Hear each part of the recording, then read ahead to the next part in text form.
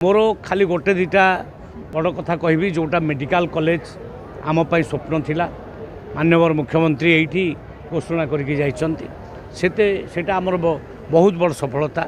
द्वितीय कथा एबे वेदांत कंपनी आसी बहुत बड़ मेगा प्रोजेक्ट करिवो आम ढेंकानाल एवं लक्षे 28,000 कोटी टंका खर्च हम लगभग 30-40 हजार युवक युवती चाकरी पाइबे।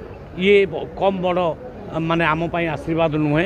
ता सहित जोरंदा को जो 171 कोटी टंका देले तार विकास पाई एवं स्पोर्ट्स कॉम्प्लेक्स पाई 120 कोटी टंकार व्यवस्था कले।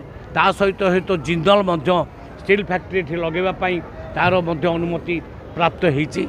ता सहित आउ 3टी फैक्ट्री जमती आयोनेक्स विंड्स वारी एनर्जी एवं कल्याण इंडस्ट्री ये अनेक इंडस्ट्री एटा वर्तमान आसवा आरंभ हो जाइए। विकास माने गोटे शुभारंभ होली कहवाक पड़ो।